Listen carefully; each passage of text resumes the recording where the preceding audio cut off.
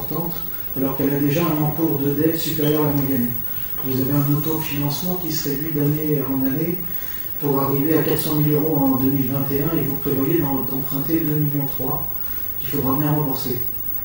Et donc générer des économies sur le fonctionnement pour rembourser la dette. Sur quel service allez-vous faire des efforts? Prochaine question. Je n'ai pas très bien compris. Vous me dites que... Vous avez un autofinancement qui diminue d'année en année. Alors, je réponds au fur et à mesure. Oui, on a un autofinancement qui diminue d'année en année. Pour la bonne raison, c'est que nos charges augmentent d'année en année. Par exemple, les salaires, vous pouvez faire tout ce que vous voulez, vous avez au moins 2,5 à 3% d'augmentation par an. Ça, c'est là, je ne sais pas comment ils appellent ça entre eux, LGBT, voilà. Donc vous avez au moins 2 ou 3%. Donc nos charges augmentent.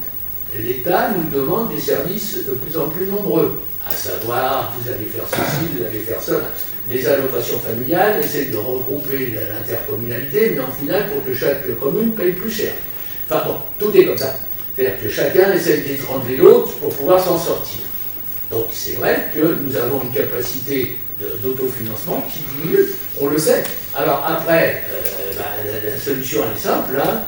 On augmente les recettes, ça veut dire on augmente les impôts, on ne veut pas. On augmente le prix des services rendus, ça nous gêne, mais ça sera peut-être une solution. Et puis pour le reste, comme on a déjà fait les économies partout, on ne peut pas gratter grand-chose, alors effectivement, on peut supprimer par exemple la police municipale, on supprime un service, plus de sécurité, police municipale c'est 7-8 salariés, c'est des caméras, c'est pas du tout notre intention, mais si vous voulez, j'ai vu déjà des communes qui pensent le faire, parce que là on est tous à la même enseigne, et les problèmes que vous soulevez et que nous avons soulevés avant vous, sur la baisse de la capacité d'autofinancement, la baisse, etc., on la retrouve. Alors il y a deux solutions, encore il y a trois solutions. On diminue nos charges, je ne sais pas comment. On cherche, hein, on ne sait pas comment. On augmente les recettes, forcément, soit en privilégiant les impôts, on ne veut pas, soit en privilégiant les services, en disant que service, la cantine, elle coûte 4 euros, on vous la met à 12. N'importe quoi, hein, pour aller faire ça pour arrêter les villes. J'ai mis 12 exprès pour que vraiment ça moque. J'ai juridique académique, on leur écrit, il a dit qu'à sa nuit. Bon, on peut dire les crèches maintenant, c'est temps, on peut tout faire. Bon, mais là. Les crèches, monsieur le maire. Pardon? Pas les crèches, monsieur le maire, pas possible. Bah oui. Si. Sinon, il n'y a pas de prestation de service. Ah bah oui. Bah oui. Voilà. Non, mais attendez. Donc, ça fait des recettes en moins. Oui, mais est-ce que la crèche ne coûte pas plus cher que pour soi? Alors, attendez, j'ai pas dit qu'on allait le faire. Je sais, c'est une spécialité. Mais je n'ai pas dit qu'on allait le faire. Je dis simplement que face à ce genre de situation, moi, vous me redonnez déjà les 2 millions que du temps ancien en 2012 on me donnait. Je respire, hein, je suis à 800 000 à la place de 2 millions quand même. Bon. Donc, devant ce fait accompli, et c'est voulu par l'État, et que ce soit l'État de droite, de gauche, du centre, du milieu, ils font tous pareil, on veut étrangler les communes, on y arrive, en se disant, si les impôts augmentent, tout le monde pourra dire que c'est de la faute à la commune qui a été mal gérée. Ça me paraît très simple. Alors, pour ça, on augmente les impôts, on augmente la qualité des services, enfin, on augmente le coût des services rendus, on supprime un certain nombre de services, j'ai dit la police municipale, j'ai dit les crèches, c'est pas forcément ça, bon, n'importe quoi. On voit, bon, c'est pas notre solution non plus. La troisième solution, c'est de faire des emprunts pour s'endetter. S'endetter, c'est gentil, mais il ne faut pas s'endetter de trop. Là, on est à un remboursement sur 7 ans. C'est 7 ans de CAF. Oui, c'est ça. C'est ça. Donc, alors, comme la CAF diminue, bientôt, il faudra de plus en plus d'années. Non, elle ne pourra pas diminuer plus que ce qu'il y a maintenant. Alors, bon, oui, mais vous avez ici une solution, je suis partant. Hein. Parce que le débat, c'est bien qu'il faut qu'on joue bien. Après, il faut qu'il y ait des solutions. Si vous avez des solutions à nous donner pour augmenter, pour réduire nos charges, vous venez en mairie, puis vous nous dites ça, vous nous le changez. Si vous voulez augmenter les recettes, on peut faire ça. On est, et toutes les communes le font, et l'interco l'est, puisque j'ai assisté au débat d'orientation budgétaire qui n'était pas fait quand on a fait le nôtre, mais qui est passé maintenant. Et tout le monde est dans la même situation, il n'y a plus de sous, voilà, point. Alors vous retournez vers le département, on vous dit il n'y a plus de sous, vous tournez vers la région, on vous dit il n'y a plus de sous, vous tournez vers l'État, il n'y a plus de sous, vous tournez vers le contribuable, on vous dit il n'y a plus de sous. Alors bon, c'est comme quand on me demande un appartement, il n'y en a pas, je ne suis pas construit, je ne sais pas où il est construit, il n'y en a pas. Donc voilà, Donc il n'y a pas d'effort particulier sur un service en particulier. Pour l'instant, on n'envisage pas ça parce que pour l'instant, on n'est pas dans une situation aussi critique. Donc, a priori, d'abord, si les chiffres qu'on donne sont des chiffres qui, généralement, sont des chiffres prévisionnels, j'allais pas dire excessifs, mais bon, on prend de la marge. Par exemple, quand on dit qu'il y aura 6 millions et du de salaire, peut-être pas ça tout à fait. Chaque année, on fait un peu d'économie. On va voir. Alors, il y a aussi la dernière solution, c'est de dire, bon, maintenant, on n'investit plus. Ce que je reproche à l'Interco, c'est de dire, vous êtes gentil, votre compte de fonctionnement, il est à peu près correct, mais vous avez vu ce que vous investissez, c'est de la folie, et vous êtes déjà endetté comme 12, et ça ne va pas, hein, bon. Alors, tout le monde me dit, oui, mais t'as tort. Non, j'ai pas tort. Il y a un moment, il faut dire, on ne peut pas acheter une piscine. Enfin, cette année, en 2022, puisque on l'a fait en 2021, mais c'est pas en 2022, c'est parce qu'on a besoin de rénover les appareils, toutes les structures qui ont été faites en 1900, je sais pas, 95, 90, 80. Donc les écoles, quand vous voyez les toitures des écoles, vous ne pouvez pas ne pas faire des rénovations, ça coûte cher. Alors on a eu des subventions sur 2, on a fait les 5, et les subventions sur 2. Sur les 3 autres, on a demandé, j'ai été voir monsieur le préfet, mais monsieur le sous-préfet m'a dit oui, il y a de l'argent, mais il faudra que je le répartisse, alors je ne sais pas combien vous aurez. Là, on était parti, on savait que 2, c'était sûr, on n'allait pas faire 2 toits, alors qu'on a 5 écoles, donc on a fait les 5. Voilà. Alors peut-être qu'on touchera une belle subvention de l'État, peut-être pas. La région, ça va, c'est clair, c'est précis maintenant. Et puis le département, ça ne va pas tarder. Donc nos subventions sont à peu près correctes, on pense qu'on aura à peu près ce qu'on a dit. Peut-être un peu plus, même parce que l'on a pris une nouvelle, là je crois qu'on a touché 100 000 euros de plus. Hein. Madame la Cabrandée. Oui, pas sur ça, oui. Pardon? Pas sur ça, oui. Oui, pas sur ça. Enfin bon, il y a des rentrées, des fois, on s'y attendait pas. Mais à côté de ça, vous construisez aussi des choses onéreuses. Le multi-accueil, ça va coûter très très cher. Alors, on ne peut pas se faire. Attendez, un débat d'orientation, c'est pas un simple critique en disant vous allez faire Non, ça va être cher, c'est ça ou quoi. C'est pas acceptable. Débat d'orientation, c'est est-ce que ce que l'on va mettre en construction est en adéquation avec les attentes de notre population. Je pense que c'est ça le débat d'orientation. C'est pas de dire, c'est une appréciation personnelle de dire c'est cher ou pas cher. Non, c'est parce que. les explications de M. Kelly, c'est tout.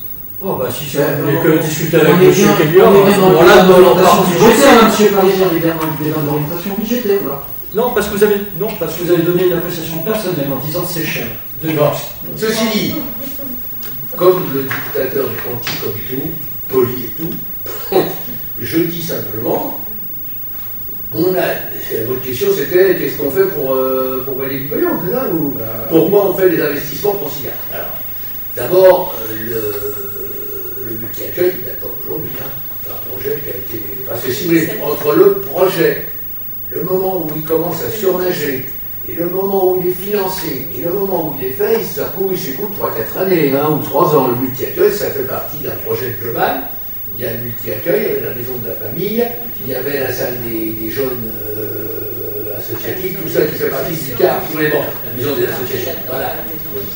Donc, a priori, le multi-accueil m'inquiète, non pas parce qu'on en a forcément besoin, je crois qu'on en a besoin, parce qu'on va avoir 10 ou 13. Combien 10 places. Bon, 10 places, c'est intéressant. Le seul problème, c'est que dernièrement, parce qu'on n'est pas les seuls à bouger, dernièrement, les allocs nous ont fait savoir qu'il y avait des changements et qu'il faudrait respecter d'autres critères encore plus, il faudrait avoir d'autres sécurités. Si le projet qui était évalué, je dis n'importe quoi, à 100 000, il arrive à 250 000, on arrête.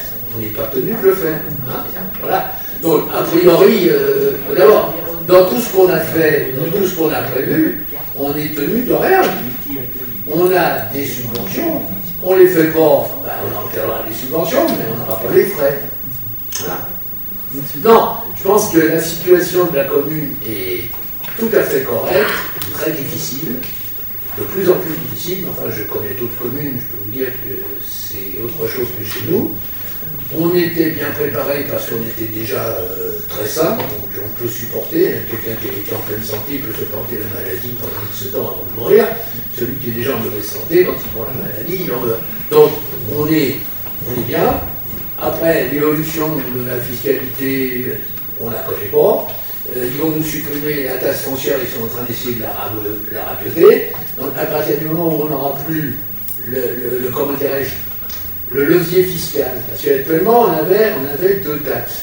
Le levier fiscal, c'était la taxe d'habitation et la taxe foncière. On savait qu'en taxe foncière on était cher, mais on savait aussi que c'était payé par les entreprises de 60%. Et on se disait, et le percepteur nous disait la même chose quand on discutait avec lui, attendez, vous avez un bout de vin, non, vous les gars? Vous avez une taxe d'habitation à 9,9. Les gens d'à côté de chez vous, ils sont à 17 ou à 20. Vous montez à 20, vous voyez le pognon que vous allez toucher.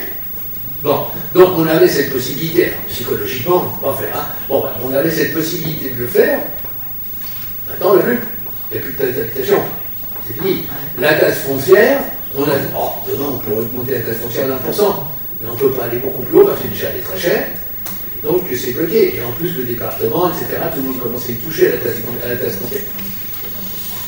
Sur le plan rentrée fiscale, j'allais dire qu'on est très limité pour l'instant. La TVA, on avait prévu de l'investissement en voirie. La voirie, c'est nécessaire. À la voirie, maintenant, on ne récupère plus la TVA. Donc, du jour au lendemain, ça fait 16% de plus. Avant, on avait 100 balles hors taxe, ça faisait 120 à peu près. Bon, on récupérait 20, ça arrêtait à 100. Aujourd'hui, on va avoir 120, mais ça nous coûtera 120, la récupération des gens, on ne les a pas. Donc, c'est une baisse encore du FCTVA. Oui, donc, il faut à un moment que l'on coupe dans ce qu'il n'y a plus de graisse, je ne sais pas ce qu'il faut faire, on ne peut plus renier les noces, à part fermer des services, à part augmenter d'une manière monstrueuse les prestations de services que l'on rend, je sais pas. Pour l'instant, on tient. Le budget 2022, il est en équilibre et il a été facilement mis en équilibre. On peut pas faire autrement. Alors, voilà, point. Donc, pour l'instant, on ne bouge pas, on est bien. Maintenant, on va voir ce que ça donne en 23, en 24, en 25. Et je crois que en 25, 26, si je ne suis pas mort, en 25, 26, ça va être autre chose. À part ça, oui.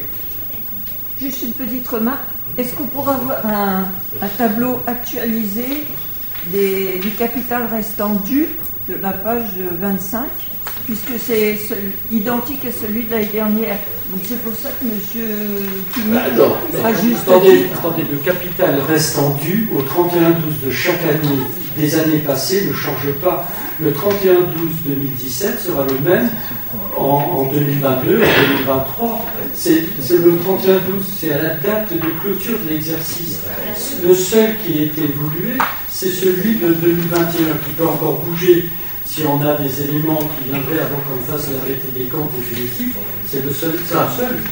Mais non, c'est pas le Non, j'ai compris. Donc là-dessus, sauf s'il était venu de notre part une erreur monumentale, mais ça voudrait dire que les 5 dernières années seraient erronées. Voilà, ce dont je ne veux pas croire. Mais au 31/12, c'est une image au 31/12. Vous savez, souvent, je m'amuse à dire, les comptes au 31/12, ils s'en foutent, parce que quand vous les traitez, vous êtes au 30 juin. Donc c'est sûr qu'aujourd'hui, c'est plus les mêmes. Mais c'est donc, le même que l'année dernière. C'est page 25, c'est normal, c'est la date du capital restant. Les 20... C'est ça qu'on veut vous dire. Je ne sais pas comment vous dire. Quel est votre problème, Charles? C'est ça. Elle lui compte pour l'instant. Bon. Quand on voit le tableau, on a l'impression qu'il n'y a pas eu de remboursement, en fait. Par rapport à l'année dernière, puisque le job de l'année dernière, c'est exactement les mêmes montants. C'est pour ça que je pose la question. Je ne comprends pas, là, je vois par exemple montant du capital, on part sur 2021. Par exemple, en 2013, 6 168 000. Pardon? Là, en 2013, par exemple. Ah, pardon. Par exemple, en 2013, 6 168 000. Oui. Quand on prend celui de l'année dernière, le de l'année dernière, c'est exactement le même montant. C'est au 31/12/2013. C'est en 2013. Et vous venez nous dire qu'on fait des dépenses somptuaires. Et vous ne savez pas lire un tableau comme ça, le 31/12 de l'année. Je trouve que c'est pas clair. Mais si, attends, excuse-moi. Non, c'est pas un débat d'orientation. Non. On fait ce qu'on veut avec non. Alors, en 2013, on devait 6 168 000. T'es d'accord? Ouais. En 2014, ça a changé, mais quand on reprend les chiffres en 2013, on devait toujours 6 168 Ah 000. oui, c'est comme ça qu'il faut le comprendre. Ah oui, c'est comme ça. C'est-à-dire que, oui, disons que la présentation n'est pas très claire. Pas de problème. Bah, écoute, moi je l'ai lu. Bah, je vois 2013, montant restendu 6 168 000. Si je reprends le sud de l'année dernière, en 2013, il y aura 6 168 000. Non, mais Et là, si ça je y est, j'ai reprends, compris. forcément, puisque c'est le dû au 31 décembre 2013. En revanche, ce qui aurait été intéressant, c'est de savoir capital au 1er janvier, montant remboursé plus emprunt. Ça, c'était mieux. Ça aurait été mieux. Je crois que c'est ce qu'il a demandé. Mais c'est pas ce qu'il y a dans le débat d'orientation, parce que ça n'aurait rien apporté dans le débat, puisqu'une dette, elle est à rembourser. La seule chose que l'on peut avoir, c'est la capacité à rembourser, et c'est ce que nous avons, et nous en sommes contents de pouvoir le faire encore aujourd'hui. Même s'il y a une dégradation de la CAF, il ne vous aura pas manqué que le tableau qui est décalé, donc vous avez 2021 là et 2017 là, il était à 128 000 euros en 2016 et 2017, il est à 300 cette année. Sauf que, Donc la dégradation s'apprécie d'année en année. Les temps sont difficiles, comme dit Monsieur le maire, parce que on vient nous réduire sans nous les recettes. C'est pas nous qui avons décidé la réduction. On nous dit ça sera ça, et vous faites avec. Et si vous avez été attentif, quand je lisais ces 30 pages, vous avez pu remarquer qu'on ne joue que sur 3,9 millions de dépenses. Parce qu'il y a des dépenses ensuite qui sont obligatoires du moment où on prend l'engagement d'emprunt à les rembourser. Donc on doit avoir cette capacité à rembourser les emprunts. Et vous êtes sur 3,9 millions. Et quand j'entends, qu'est-ce que vous pouvez faire comme restriction de service, Monsieur le maire a dit, il y a des services effectivement, que ce soit la police municipale. Faut-il se projeter dans tout ce qui est le scolaire? Est-ce que faut-il se projeter dans les actions que nous faisons au niveau des associations? Je ne sais pas, mais ce qui est certain, c'est que là, aujourd'hui, quand on vient vous amputer votre budget de 1,9 million sans aucune autre contrepartie, eh bien c'est difficile. Et quand vous avez des investissements que vous faites, parce qu'ils vont dans l'intérêt de la commune, et on s'est battu pour l'avoir, et M. Quignon à l'époque quand il était avec nous, et toi aussi Martine quand tu étais avec nous, le terrain Garmatex, voilà une dépense que nous faisons, d'investissement à hauteur de 300 et quelques bananes d'euros. C'est la nouvelle monnaie. C'est la nouvelle monnaie. 340 et quelques mille euros, tout ça. On met en face effectivement un emprunt d'un terrain qui ne va pas vous apporter de recettes, sinon qu'une projection de mieux vivre pour les habitants la coulée verte, et en complément, un terrain que l'on mettrait à disposition du Conseil général, qui là viendrait aussi, même s'il y a des subventions, coûter à la commune, voilà, pour une partie. Voilà les projections, voilà le débat d'orientation. Faut-il... J'aurais été dans l'opposition, hein. J'aurais été nettement plus méchant de vous. Arrête, tu leur donnes pas des idées. Il faut leur donner des idées quand même, parce que comme ça on pourra débattre. Je pense qu'il a été intéressant de dire, voilà, vous faites des investissements, aucun ne sont productifs. Tout ce que vous investissez, ça coûte en fonctionnement, ça ne produit rien. Est-ce que vous ne pourriez pas essayer de choisir des investissements qui rapportent? Quand on fait des investissements sur les appartements du clos, socialement c'est une bonne chose. Ça permet de résoudre une partie du clos. Mais on a 400 000 euros de recettes en location. Alors il n'y a pas tout le clos. Tout ce qu'on a fait financer quand on est arrivé, logement, je ne sais pas, il y en avait 3 ou 4 ou 2. Bon, il y en a aujourd'hui 80, je crois. Bon. Là, c'est des investissements productifs. C'est ce que j'expliquais à l'Interco, en disant vous faites une piscine monstrueuse à Champs, ça va vous coûter bonbons en investissement, et ça va vous coûter bonbons en fonctionnement. Alors, vous qui êtes déjà malheureux en fonctionnement, comment vous faites? Donc, nous, c'est le même problème. Que doit-on faire? Alors, pour l'instant, nos investissements principaux, c'est des investissements basés sur la remise en l'état du bâti. On ne peut pas y échapper. Mais là, c'est pas rentable. Demain, on me dit, tu fais un stade en, je sais pas quoi, là, à 800 000 euros. Ouais. Si on fait payer, si on a des grandes tribunes, si on arrive à faire payer les spectateurs, si, pourquoi pas? Mais tout ce qu'on fait, et souvent c'est le cas dans une commune, c'est des investissements improductifs. Quand tu as fait une maison de la famille, c'est improductif. Quand tu fais, je parle un peu mieux, je parle pas en version sociale, etc., parce qu'il faut quand même faire marcher la ville. Mais financièrement, puisque là on est dans le volet financier, financièrement, hein. Les crèches, ça coûte très cher. Comment dirais-je, la maison des familles, elle coûte très cher. Ce sont des investissements qu'on juge, nous, essentiels, parce qu'il faut faire marcher la commune, mais c'est pas productif. Donc notre problème, un jour, ça sera peut-être un autre problème, de dire, bon, on n'investit plus dans ce qui est improductif, on fait du productif. Je me fais comprendre? Bien sûr. Et ça peut être un débat intéressant entre une opposition et une municipalité. Bon, voilà, je pense que, je ne sais pas si vous avez d'autres questions, moi je propose qu'on aille se coucher. Bon. J'avais juste une question, vraiment tout à fait complémentaire, sur les investissements prévus concernant les travaux dans les écoles. Oui. Je voulais savoir si le problème que vous aviez évoqué lors de la commission justement éducation, Je croyais qu'on avait rien dit. Comment Je croyais qu'on n'avait rien dit dans ces commissions. Vous avez parlé, mais vous n'avez pas donné beaucoup de chiffres. Ah bon, le peu que je vous ai donné, ça vous a donné des idées. Alors allez-y.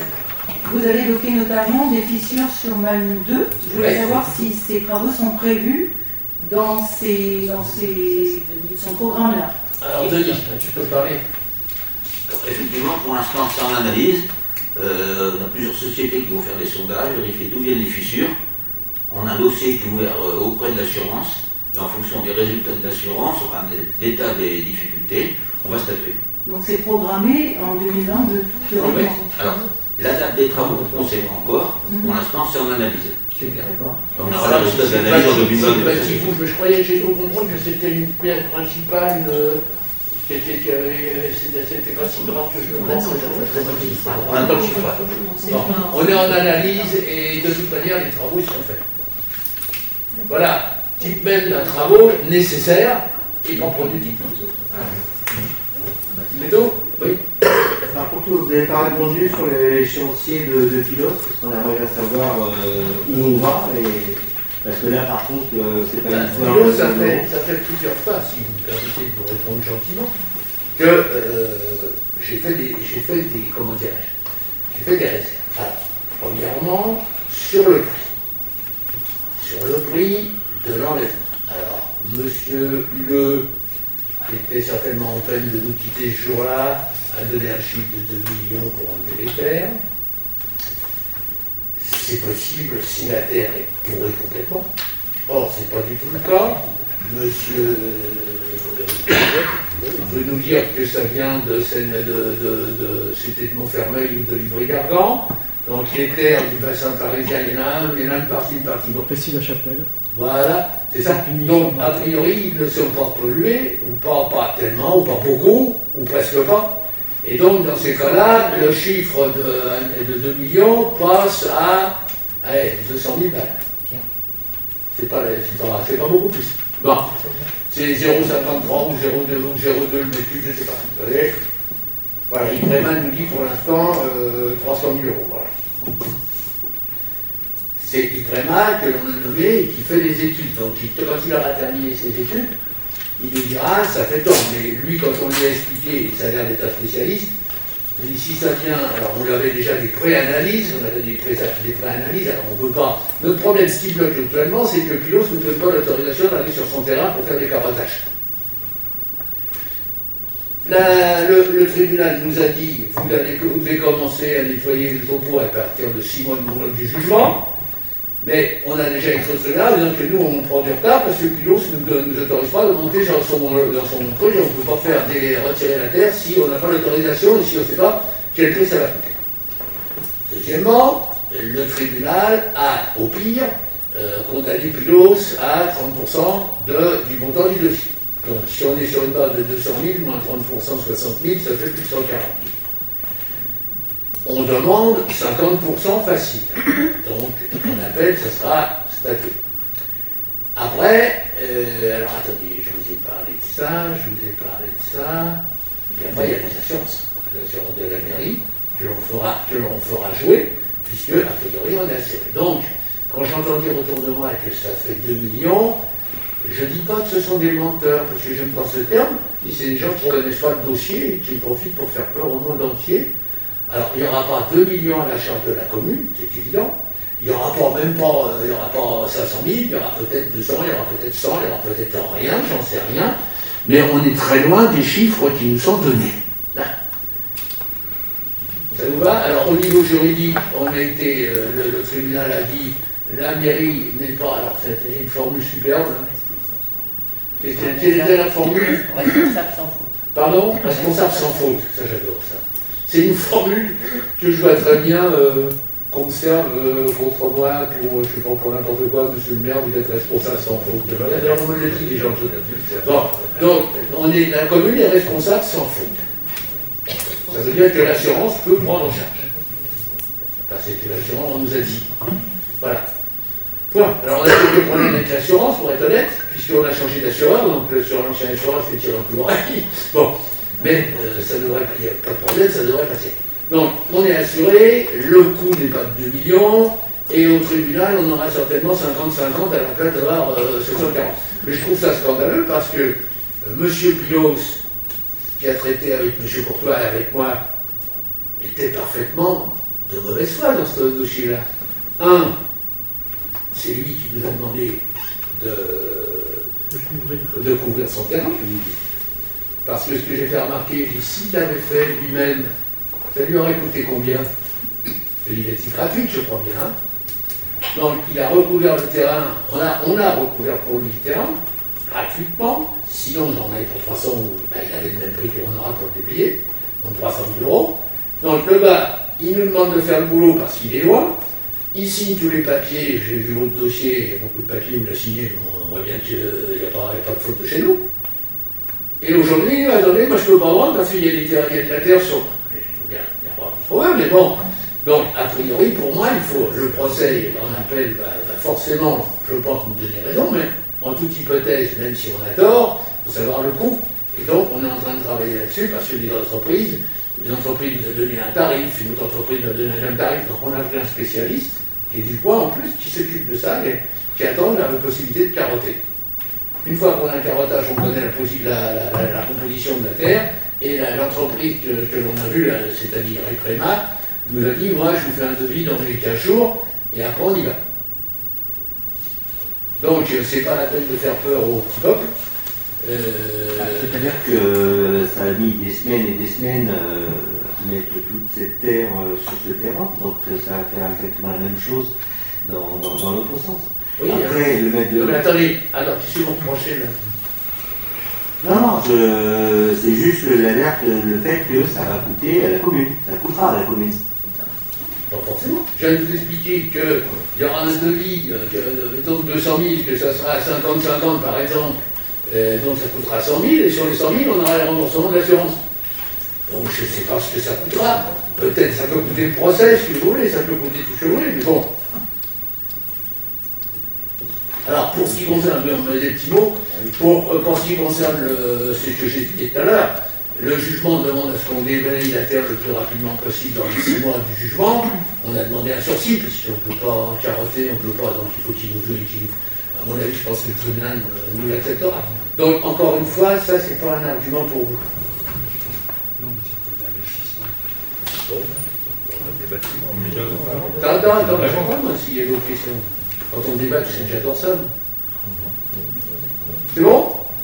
Bon, alors on fait un vote maintenant, donc on vote tous qu'on a bien débattu.